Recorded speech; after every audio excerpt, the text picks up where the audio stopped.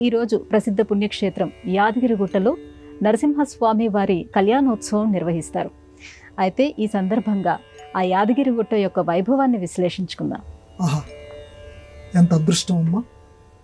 శ్రీ నరసింహ స్వామికి మనం అందరం కూడా ఈ లోకంలో కృతజ్ఞులుగా ఉండాలి. ఎందుకంటే ఈ లోకాన్ని దుష్టుల నుంచి విముక్తి చేయటానికి ఒక నరుడిగా, ఒక సింహంగా, ఆ రెండింటినీ కలిసినటువంటి ఒక గొప్ప అవతారంగా ఈ లోకంలో స్వామి అవతరించాడు.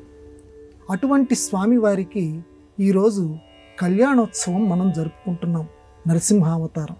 ఎందుకంటే లోకంలో మిగతా అవతారాలు, స్వామివారి మహావిష్ణువు యొక్క అవతారాలు, రామావతారం కానివ్వండి, కృష్ణావతారం కానివ్వండి, వీటికి కాలం ఎక్కువ కాలం ఉన్నారు ఈ లోకంలో, అంటే నడయాడటం. కానీ చాలా తక్కువ కాలం ఈ లోకంలో ఉన్నారు, కానీ ప్రభావం ఎక్కువగా ఉన్నటువంటి అవతారం నరసింహ అవతారం. వాళ్ళలాగా ఎక్కువ కాలం ఉండి ఒక ధర్మాచరణ ఇలాంటివి ఏమీ ఆయన చేయలేదు, కానీ కొద్ది కాలమే ఉన్నప్పటికీ అమితమైనటువంటి ప్రభావం చూపించారు నరసింహస్వామి. ఆయన విష్ణుమూర్తి యొక్క అవతారమే. ఆ నరసింహస్వామి వారి యొక్క కళ్యాణం ఈరోజు. అందులోనూ మన యాదగిరి గుట్ట, యాద మహర్షి తపస్సు చేసినటువంటి గొప్ప ప్రదేశం యాదగిరి గుట్ట. మిగతా నరసింహ క్షేత్రాలకి యాదగిరి గుట్టకి ఉన్నటువంటి ప్రత్యేకమైనటువంటి తేడా ఏంటంటే, ఎవరైతే ఆ రాక్షసుడు ఉన్నాడో, ఆ హిరణ్యకశిపుడు ఎవరైతే ఉన్నారో వాణ్ణి సంహరించిన తరువాత నరసింహస్వామి ఇక్కడ ఉండేటువంటి ఆ పర్వతం నుంచి మళ్ళీ వైకుంఠానికి వెళ్ళారట. అంటే నరసింహస్వామి వారి యొక్క పాదం మోపబడినటువంటి చోటు యాదగిరి గుట్ట.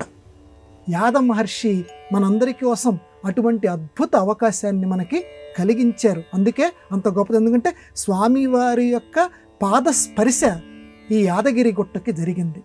అందువల్లే అంత మహామహిమాన్వితమైనటువంటి క్షేత్రం. మరి స్వామివారికి లక్ష్మీదేవితోటి ఈరోజు కళ్యాణం జరిపిస్తారు. ఎందుకండి అసలు కళ్యాణం ఎందుకండి? దేవుడికి ప్రతిసారి మనం ప్రతి ఏడాది జరిపిస్తుంటారు. తిరుమల, తిరుపతి లాంటి వాటి చోట్ల అయితే ప్రతిరోజు జరిపిస్తూ ఉంటారు. ఎందుకంటే దేవుడికి కళ్యాణాలు ఏంటండి? మన మానవుడికి అలాగే ఒకసారి ఆయన వివాహం అయిపోయింది కదా, లక్ష్మీదేవితోటి వివాహం అయిపోయింది కదా, మళ్ళీ బ్రహ్మోత్సవాలు అంటారు, బ్రహ్మోత్సవాల్లో మళ్ళీ కళ్యాణోత్సవం అంటారు. ప్రత్యేకంగా ఆ పవిత్రమైనటువంటి యాదగిరి గుట్టలో ఈరోజు లక్ష్మీ అమ్మవారితోటి కళ్యాణం ఎందుకు చేస్తున్నాము అని అంటే, కళ్యాణం ఆయన కొరకు కాదు. ఇది మనం తరచూ చెప్తున్నాం, కానీ చెబుతూ ఉంటే కానీ మన మనస్సుల్లోకి ఎంకదు. కళ్యాణం ఆయన కోసం కాదు, మన కోసము. మన కోసమా?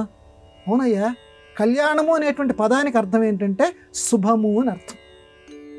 కాబట్టి స్వామివారిని, లక్ష్మీ అమ్మవారిని పక్కన కూర్చోబెట్టి మన తెలుగువారి యొక్క వైవాహిక ఆచారాలు ఏవైతే ఉన్నాయో ఆ వైవాహిక ఆచారాలు, అదిగదిగో వరుడు, అదిగదిగో వధువు, అదిగదిగో ఆ సిగ్గుల మొగ్గ లక్ష్మీదేవి ఎలా కూర్చుందో చూడండి అయ్యా, అదిగోనయ్యా వరుడు, అదిగోనయ్యా మా నరసింహుడు, అదిగదిగో తలంబ్రాలు పోస్తున్నాడయ్యా అని చెబుతూ ఉంటుంటే, ఆ పురోహిత స్వాముల వారు మంత్రాలు చదువుతూ ఉంటే మనం తాదాత్మ్యం చెందాలి.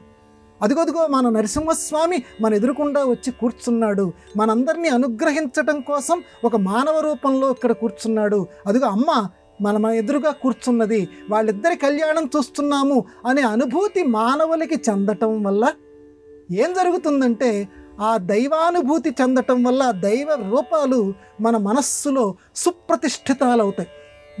ఒక పిల్లవాడిని గురించి కనుక మనం ఆలోచిస్తూ ఉంటే లోపల ఏ రకంగా వాడి మీద మనకి వాత్సల్యం విపరీతంగా పొంగి పొర్లుతూ ఉంటుందో, ఆ దైవాన్ని స్మరిస్తూ ఉంటే ఎదురుకుండా ఉన్నారు, మనకి ఎంతో ఇష్టమైనటువంటి వివాహ కార్యక్రమం జరిపిస్తూ ఉంటే మన ఎదురుకుండా మన నరసింహుడు రా అని చెప్పి మనం అనుకుంటూ ఉంటుంటే ఆ దైవం మనకి బాగా సన్నిహితుడవుతాడు.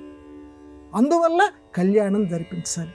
దైవాన్ని మన హృదయానికి దగ్గరగా అంటే మన శరీరానికి దగ్గరగా అని కాదు, మన హృదయానికి దగ్గరగా చేరుస్తాడు. కాబట్టి ఈ కళ్యాణం ఉత్సవం అనేటువంటి కార్యక్రమాన్ని నిర్వహిస్తారు. అందులోనూ మిగతా సంప్రదాయాల్లో ఉన్నటువంటి పెళ్ళిళ్ళకి, తెలుగువారి పెళ్ళిళ్ళకి ప్రత్యేకంగా ఒక తేడా ఉంది. తెలుగువారి పెళ్ళిళ్ళలో ప్రత్యేకంగా తలంబ్రాలు మిగతా చోట్ల వేరు వేరు రకాలుగా పోసుకుంటారు, కానీ తెలుగువారి దగ్గర ఉండేసరికి చాలా విశిష్టమైనటువంటి కార్యక్రమం. ఇవి ఇలా జరిపిస్తుంటే ఒక వేడుక, వేడుక అనేది ఎవరికి ఇష్టం ఉండదమ్మా, ఉత్సాహం కలుగుతూ ఉంటుంది. కాబట్టి అందులో స్వామికి కళ్యాణం అనేసరికి దేవుడి పెళ్ళికి అందరూ పెద్దలే, తెలుగువాడి సామెత, దేవుడి పెళ్ళికి అందరూ పెద్దలే. కాబట్టి నరసింహస్వామి కళ్యాణానికి నువ్వొక్కడివే కాదు, నేను కూడా పెద్దవాడిని. పెద్దవాడంటే అక్కడ అర్థమేంటి, పెద్దవాడు అన్ని కార్యక్రమాలు చేసేవాడిని పెద్దవాడు అంటారు. ఈ ఎవరే నువ్వు అన్ని ఉండి చూసుకోరా అని చెప్పి ఒక్కడిగా చూసుకోవటంట. దేవుడి పెళ్ళికి అందరూ పెద్దలే, మనందరం కూడా. అదిగో ఆ పురోహితుడి మంత్రాలు చదువుతున్నాడంటే మనమే మంత్రాలు చదువుతున్నాం. ఆ స్వామివారు కూర్చొని చక్కగా అలా పర్యవేక్షణ చేస్తున్నారంటే మనం కూడా పర్యవేక్షణ చేస్తున్నట్టే. ఆ వ్యాఖ్యానం వింటుంటే మనం కూడా చెప్తున్నట్టే. ఈ రకమైన భావన ఉండి ఈ కళ్యాణాన్ని అందరూ తిలకించి చక్కగా ఆ నరసింహస్వామి వారి యొక్క అనుగ్రహాన్ని అందరూ పొందెదరుగాక.